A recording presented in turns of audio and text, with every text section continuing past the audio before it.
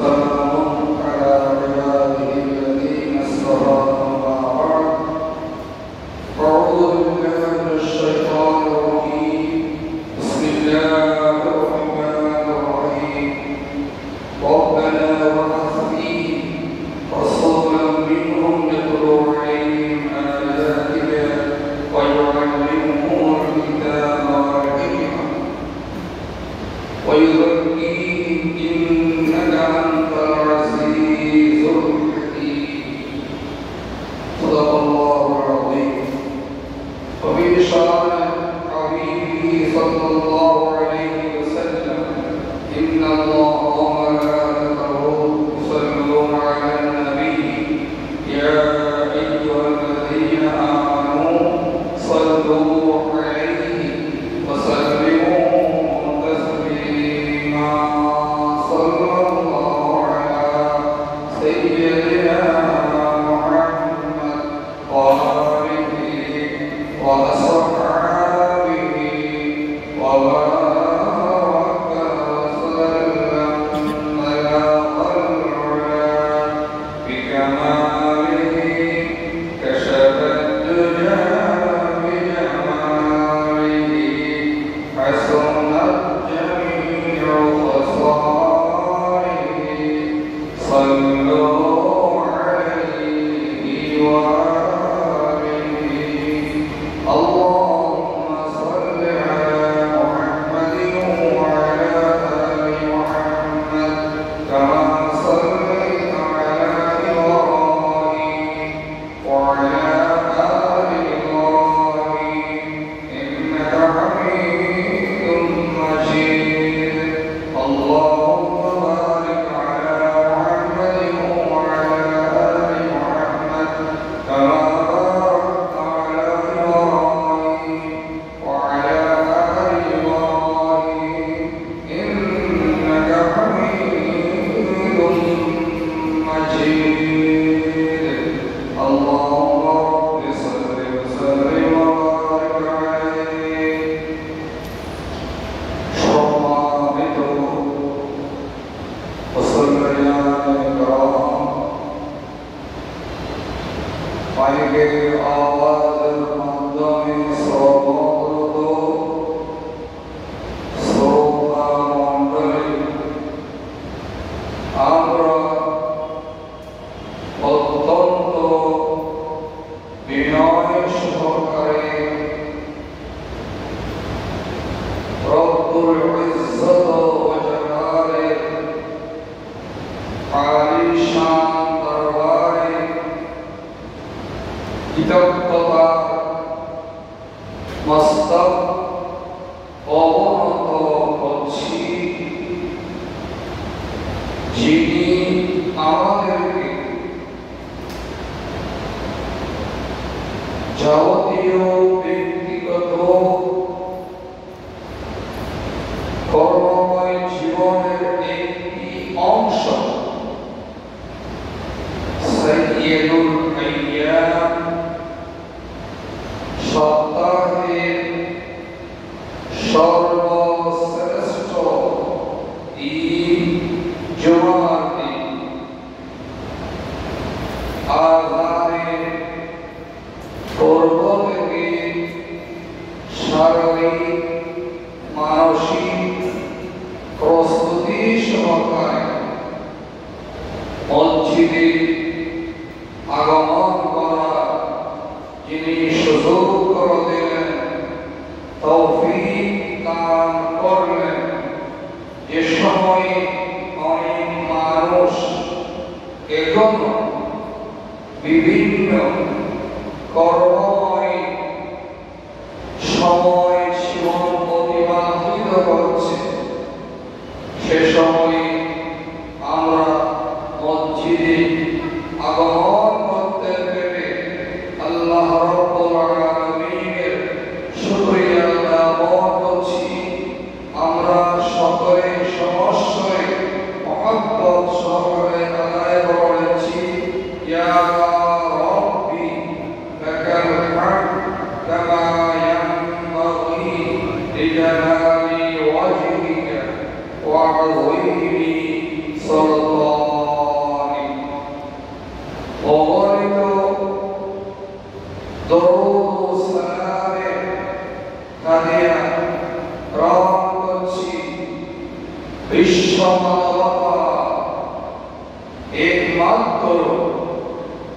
কান্ডারি নবীকুল শিরোমণি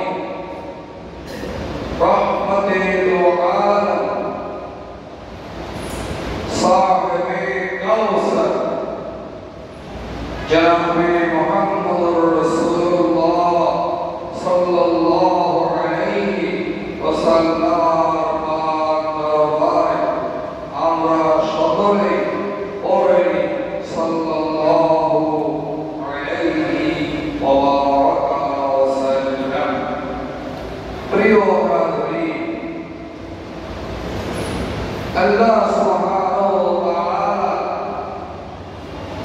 এই জমিনে আকাশের নিচে এই জমিনের উপরে আবহাওয়ার কাল থেকে সেইগুলো সম্মানিত হয়ে আছে এমন পর্যন্ত সম্মানিত হয়ে থাকবে।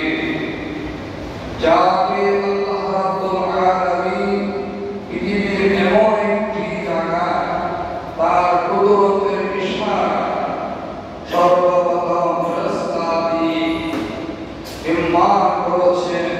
সেই আয়ে কাবা এমন একটি জায়গায়, সেখান থেকে পৃথিবীর চতুর্প্রান্ত এটি সমানভাবে সমাদৃত রয়েছে।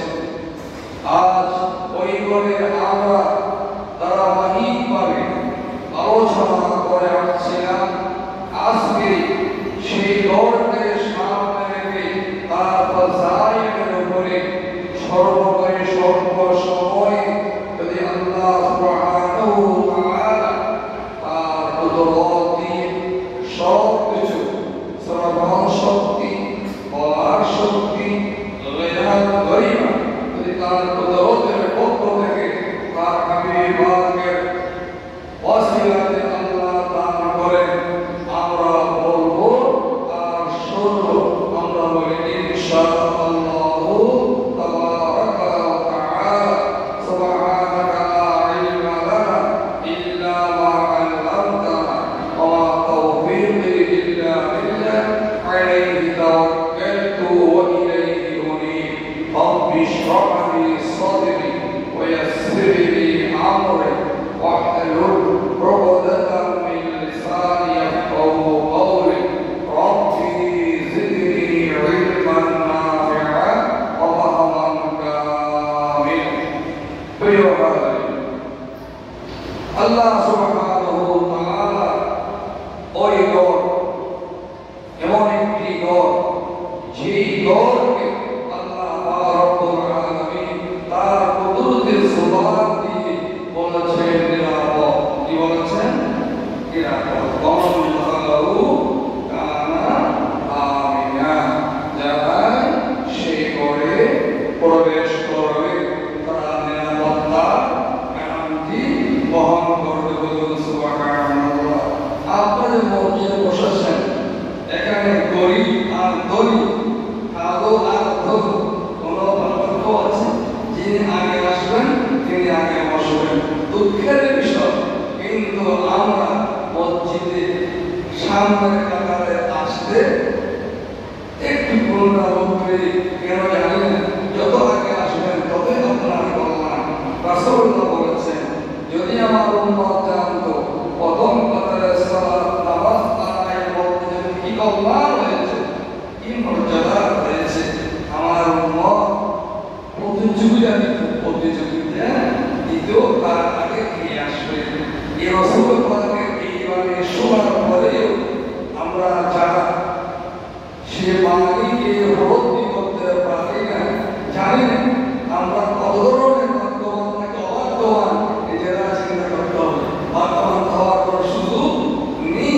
রাসূল বলেছেন আগে আসো, আর আমরা বুঝে পাচ্ছি। প্রিয় হাজরিন, আল্লাহ সুবহানাহু ওয়া তাআলা এই ঘর শিরক মুক্ত, ভূত মুক্ত, একমাত্র এই ঘরে ইবাদত হয় আল্লাহ রাব্বুল আলামিন আহকামুল হাকিমিন। সেই দিকে আল্লাহ সূরা আল হাজ শরীফে 25 আয়াত আল্লাহ পাক কি সুন্দর করে গোটা বিশ্ব মানবতা, গোটা বিশ্বকে আল্লাহ কুদরতি তার রাসূল পাকের জুবান মুবারক দিয়ে আমাদের মতো গুনাহগারদের কাছে আল্লাহ তার বাণী পৌঁছে দিয়েছেন। আল্লাহ পাক সাত হচ্ছে নিশ্চয় যারা কুফরি করছে ও মানুষকে বাধা দিয়েছে আল্লাহর পথ থেকে ও মসজিদুল হারাম থেকে, যা আমরা করেছি স্থানীয় ও বহিরাগত সব মানুষের জন্য সমান। আর সেখানে অন্যায়ভাবে ইলহাদ তথা দ্বীন বিরোধী পাপ কাজের ইচ্ছে করে তাকে আমরা আস্বাদন করব যন্ত্রণাদায়ক শাস্তি দেওয়ার মাধ্যমে।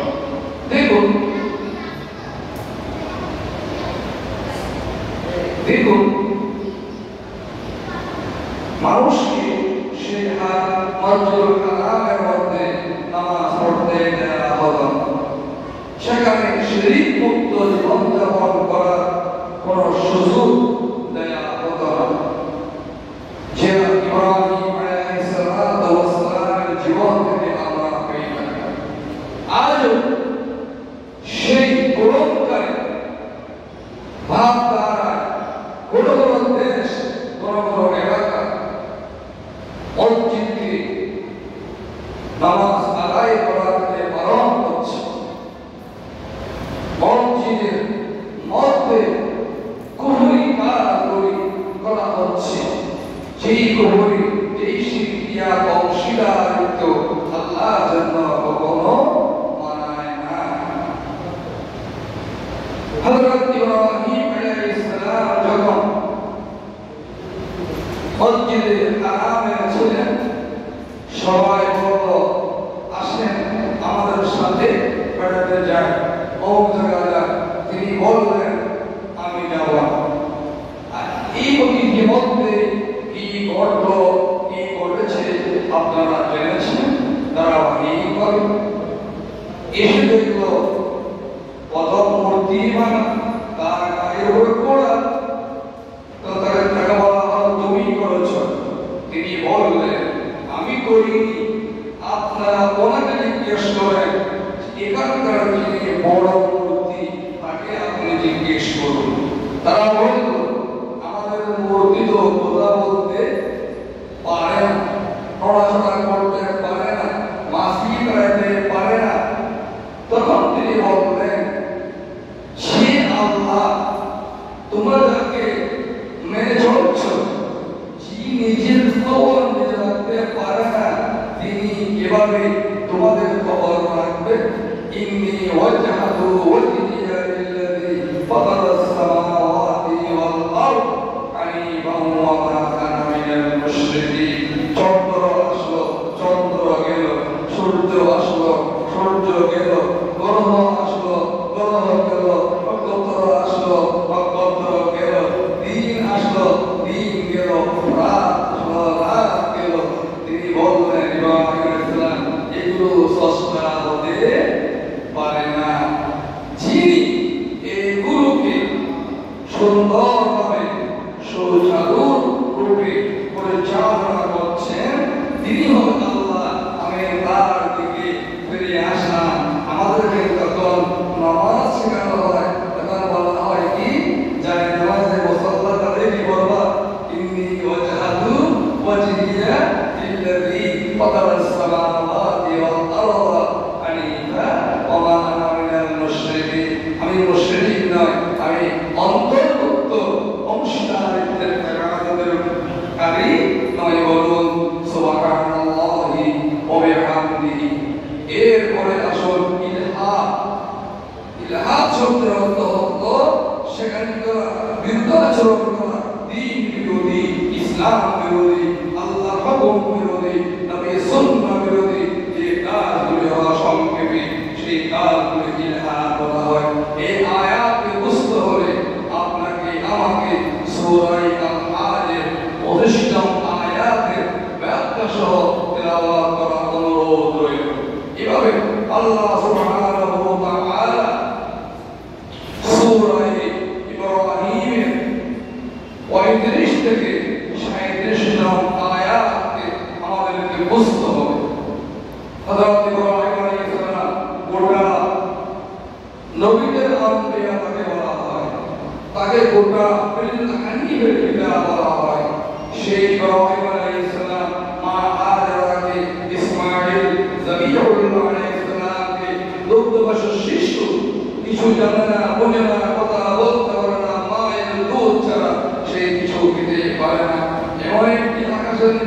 আসলেন যে আকাশ উন্মুক্ত, যে আকাশের নিচে গাছপালা নেই, তরলতা নেই, জনবিচ্ছিন্ন মানবতা বিচ্ছিন্ন এলাকা, কোন ফলবাদী কিছু নেই, সেখানে আল্লাহ সুবহানাহু ওয়া তাআলা যাকে আল্লাহ বাহাদুর হিসাবে গ্রহণ করেছেন, সেই ইব্রাহিম আলাইহিস সালাম তার বিবিকে রেখে আসলেন। আপনি আমি ঘর থেকে আসার সময়, বাসা থেকে আসার সময় বলি কিছু লাগবে, বলি নামাজ পড়তে যাচ্ছি, লাগলে বলো নিয়ে আসবো।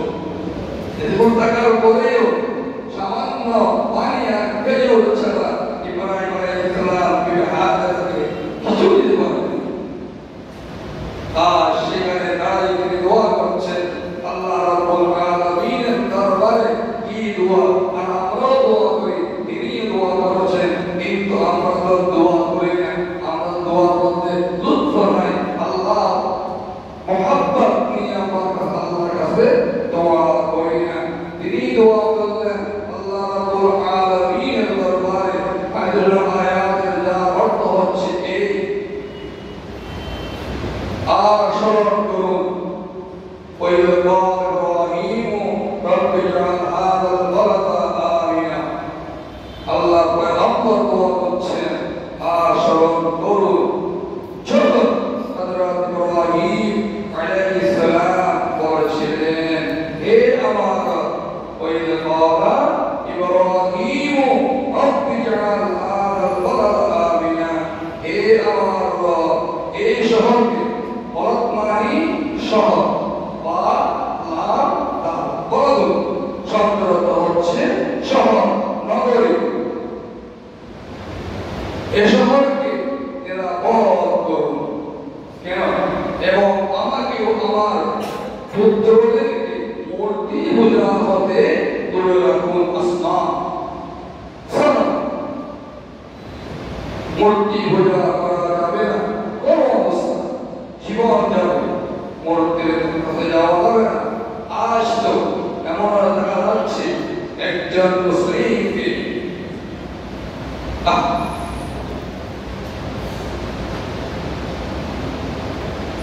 সেই মূর্তির নাম নিয়ে কথা বলার জন্য কি ধরনের অত্যাচার করা হচ্ছে। তবে আমরা মুসলিম, আমরা কখনো প্রতিপক্ষের প্রাচীর গড়ে তুলব না, আমরা তুলব সাম্যের প্রাচীর, আমরা গড়ে তুলব ভ্রাতৃত্বের প্রাচীর। আমরা মুসলিম, আমরা কখনো প্রতিহিংসা পরায়ণ হব না, আমরা প্রাচীর গড়ব। ইদফা বিল্লাতি হিয়া আহসান ফাইদা আল্লাযী বাইনাকা ওয়া বাইনাহু আদাওয়াতুন আলাইহি। ২৪ বার ১৯ নম্বর পৃষ্ঠা দেখেন, বলেছি একদম স্পষ্ট। দেখবেন, শুধু শুনবেন না, যাচাই বাছাই করবেন।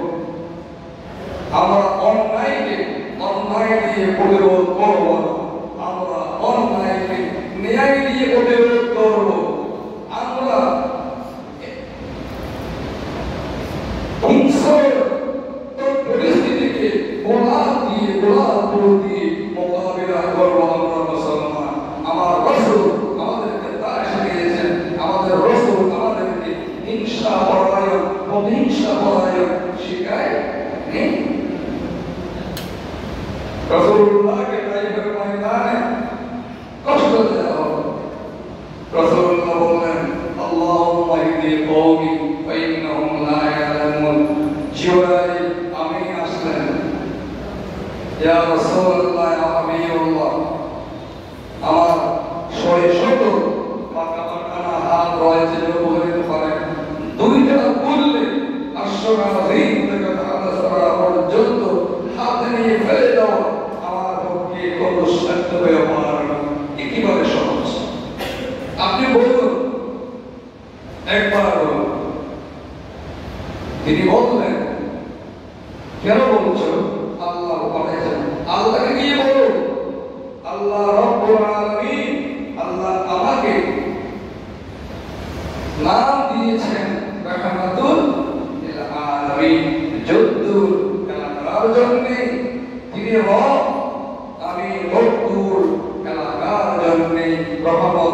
সুবহানাল্লাহ আলহামদুলিল্লাহি রাব্বিল আলামিন ওয়া মা আরসালনাকা ইল্লা রাহমাতাল লিল আলামিন। আল্লাহকে গিয়ে বলো আমি বর্তোয়া দিই, আমি তার রহমতের নবী হলাম না আর ধ্বংস করে দিই। আল্লাহ আমাকে পাঠিয়েছেন গোটা বিশ্ব মানবতাকে কল্যাণ এবং আহ্বান করার জন্য, ইনসাফের জন্য, কল্যাণ দেওয়ার জন্য। ইয়া আইয়ুহান নাস কুলু লা ইলাহা ইল্লাল্লাহ লাআল্লাকুম তুফলিহুন। আমি এই দাওয়াত কাল সকালে কাকে দেব? আল্লাহকে। আল্লাহুম্মা ইন্নী কওমি ফা ইন্নাহুম লা ইয়ালামুন মা'বুদ। এরা বুঝিলে এটা নির্ভুল, এরা রুস, তাই আমাকে ব্যবহার করেছে, কিন্তু আমি তো বুঝি, তাই আমি প্রতিশোধ নেব না। তাদের জন্য হেদায়েতের দোয়া করছি। আপনি যারা কাফার হেদায়েত থাকে হেদায়েত নসিব করুন। যারা হজ করেছেন, উমরা করেছেন, সেই তারিফের ময়দানে সফর যদি করে থাকেন, আপনারা দেখেছেন সেই জায়গাটা। অতএব আয় আল্লাহ, আমার সন্তানদের জন্য আপনি এই শহরকে নিরাপদ করুন, নিরাপত্তা করে কিয়ামত পর্যন্ত মক্কাতুল মুকাররম আল মদিনাতুল মুনাওয়ারার মধ্যে কখনো কোনো কিছু করতে পারবে না, সেখানে দাজ্জাল ঢুকতে পারবে না। আল্লাহ পাকের রাসূল পাকের গ্যারান্টি আল্লাহ রাব্বুল আলামিন মক্কাতুল মুকাররমাকে মহব্বত করেছেন আর রাসূলুল্লাহ মদিনাতুল মুনাওয়ারাকে মহব্বত করলেন। অতএব এর বড় করে আল্লাহ সুবহানাহু ওয়া তাআলা তার কোরআনে ইবারত দোয়াকে কোট করেছেন 14 আয়াত।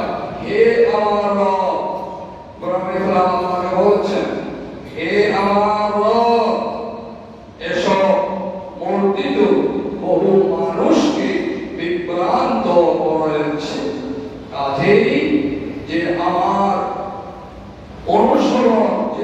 অনুসরণ করবে সে আমার দলভুক্ত, কিন্তু কেউ আমার অবাধ্য হলে আপনি তো ক্ষমাশীল পরম দয়ালু।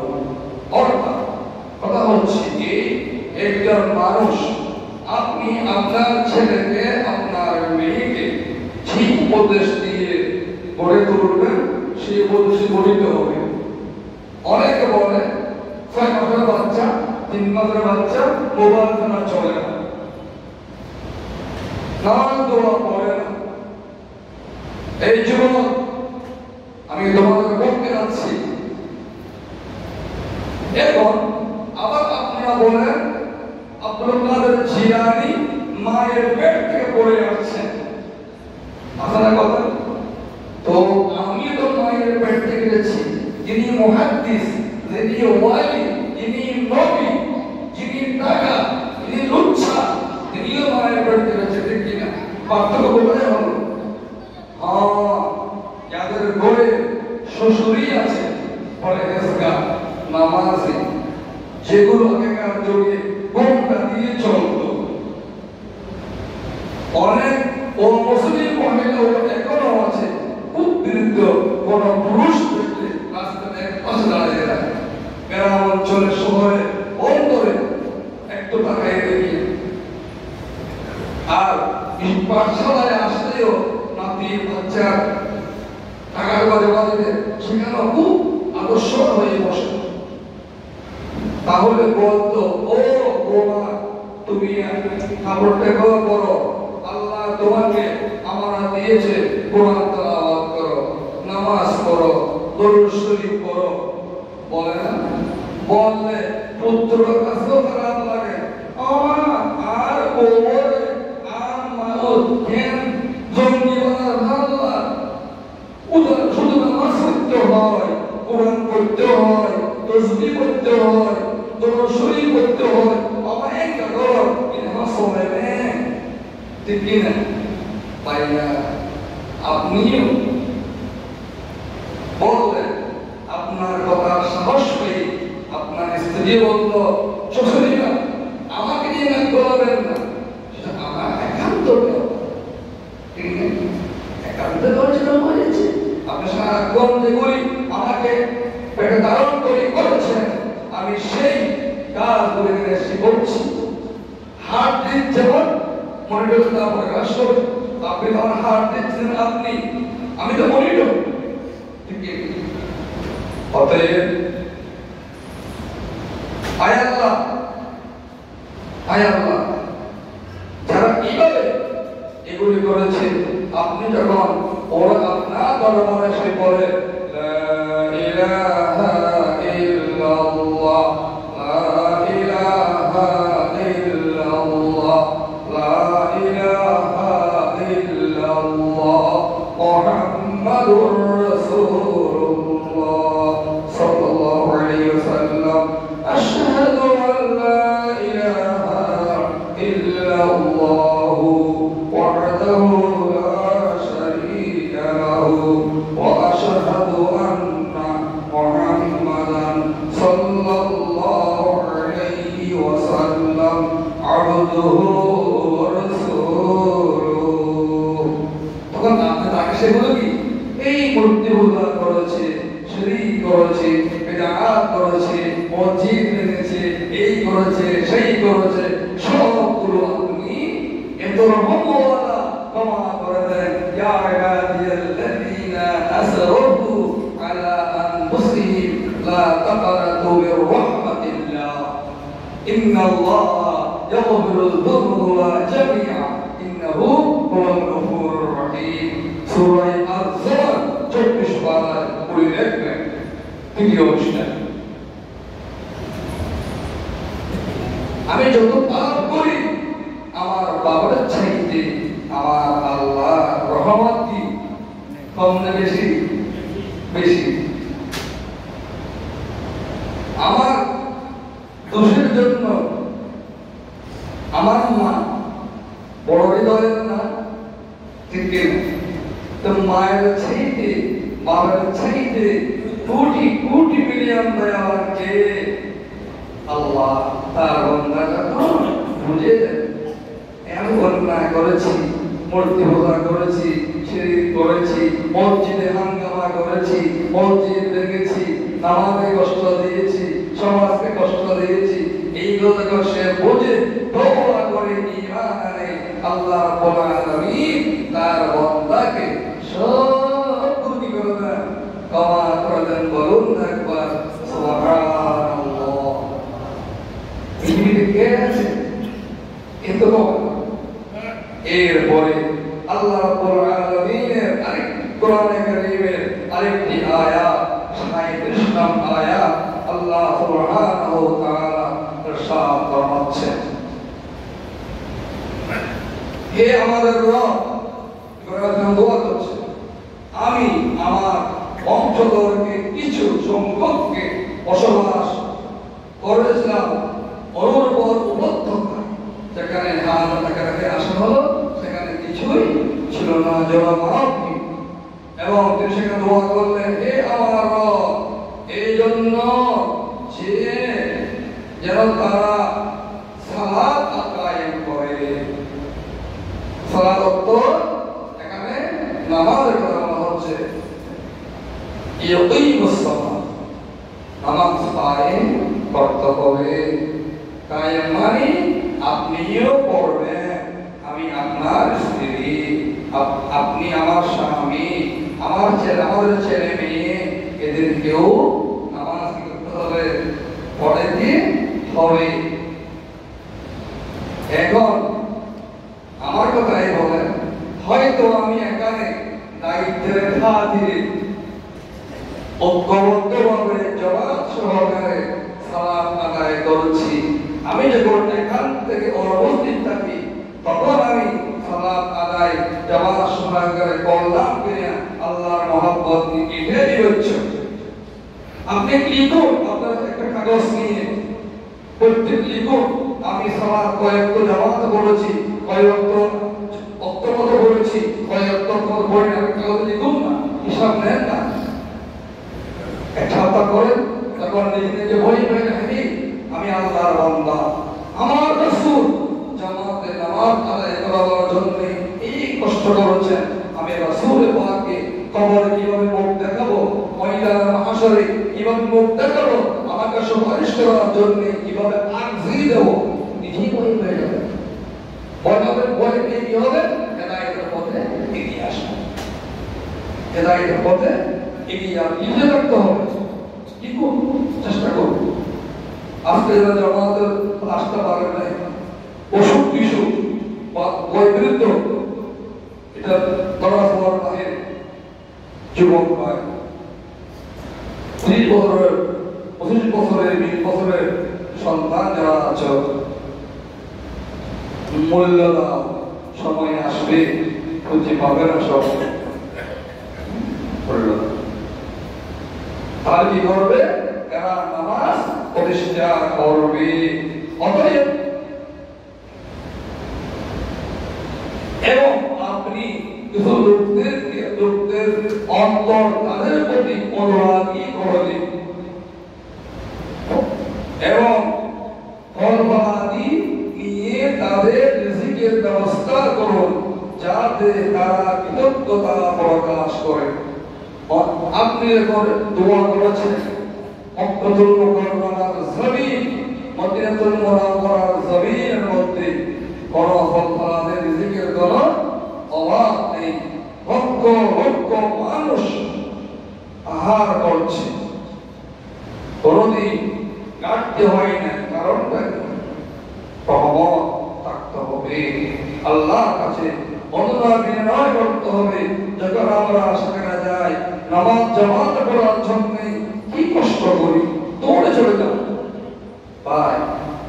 সেখানে যেমন শিক্ষা গ্রহণ করেছেন, আপনি সেখান থেকে এসে এখানেও সেই কাজকে মূল্যায়ন যদি না করি, অনুশীলন না করি, তাহলে আমার আশা আর যাওয়া ছাড়া কোনো কথা নেই। আসুন সবাই উভয় সঙ্গে যে আয়াতটি তেলাওয়াত করেছিলাম সেই আয়াতটির অনুবাদ করি।